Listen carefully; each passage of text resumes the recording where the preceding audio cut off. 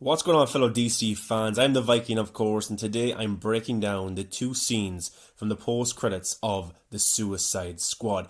If you do not want to be spoiled and you haven't seen the movie, then put this video on your watch later. Come back, watch it, and let me know your thoughts. If you have seen The Suicide Squad, I'm very curious to hear your thoughts on these two scenes. And also, guys, give me your mini review of the movie in the comment section below. If you don't care for spoilers, keep watching and then also let me know your thoughts. But the two post-credit scenes were very interesting, and the first was of Weasel. In the opening sequence of this movie, Weasel dies. Amanda Waller sends the Suicide Squad on a mission, and the first mission that they're sent on is actually the mission for the entire movie.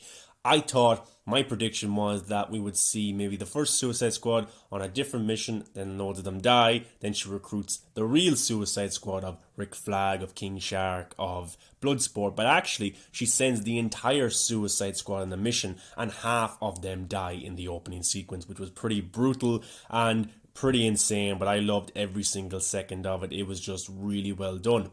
But Weasel was a character that was used for comedic relief, and he actually ends up drowning in the opening sequence because the team has to jump off the plane into the water at the edge of a beach, and Weasel, we think, drowns. But actually in the post-credits scene, Weasel actually wakes up, and it turns out the character is not dead after all. Weasel is played by James Gunn's brother, Sean Gunn, who also made an appearance in the movie as Calendar Man. This character is weird and actually very hard to look at times because it's one of the weirdest comic book characters that you will ever see. Now, why is this character such an important part of the post-credit scene for this movie? I think that this character will pop up in the Peacemaker HBO Max series. Because honestly, this character is useless. This character does not benefit the Suicide Squad whatsoever. We never got to see the character do anything cool or its special abilities. So I was very surprised to see at the end of the Suicide Squad that this character lived.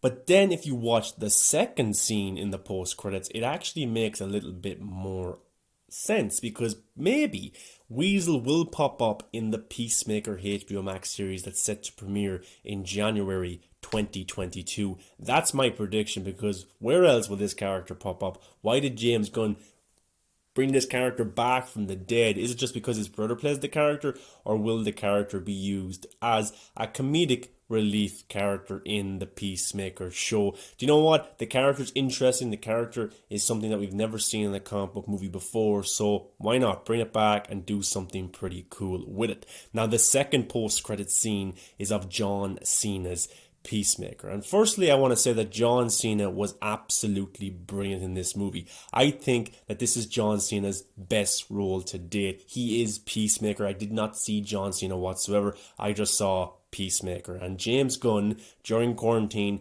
wrote a Peacemaker limited series that's coming to HBO Max, and I am so excited for this show right now. I think that Peacemaker for me right now is a top 10 DCEU character, and I really mean that.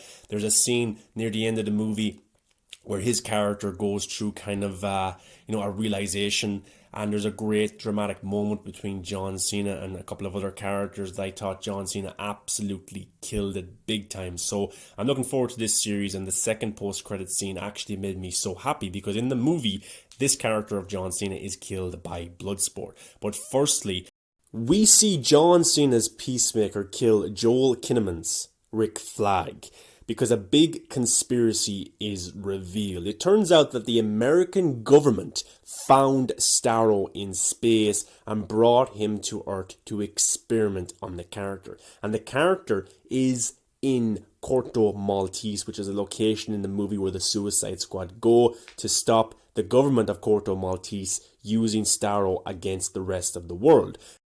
But it turns out that the American government put Starro in Corto Maltese to run experiments on people.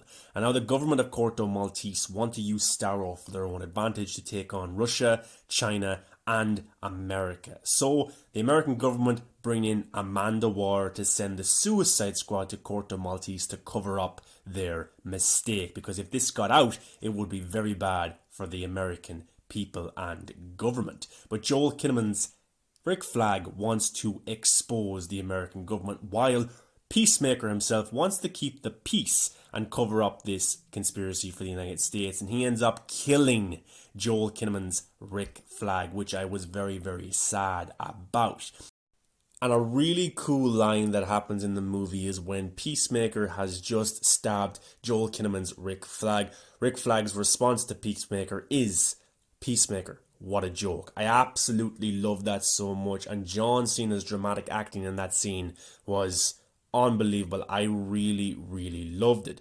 But who sees Peacemaker kill Rick Flag? Only Ratcatcher 2. Now Peacemaker has to cover up this conspiracy even more because Ratcatcher 2 now has the document or the file or the hard drive that reveals what the American government was doing. So Peacemaker, just before he can kill Ratcatcher 2, Idris Elba's Bloodsport shows up, and the two of them stare at each other and shoot their bullets at the exact same time, while Bloodsport's bullet, because it's smaller than Peacemaker's bullet, goes through Peacemaker's bullet and hits Peacemaker in the throat, killing him. Well, that's what we thought. Cut to the post-credit scene of the movie and we can see that Peacemaker is very much alive. And two characters that worked for Amanda Waller in this movie have gone to the hospital to see the character. In the movie, Amanda Waller is about to kill the Suicide Squad with the chip in the back of their neck because they are betraying her orders. The Suicide Squad end up fighting Starro, which Amanda Waller does not want them to, and just before she can push the button, killing all of them, her team, that you can see on the screen, turn on her and knock her out. So I think their punishment, these characters, I think one of them is actually James Gunn's girlfriend in real life, the other is Stephen Agee.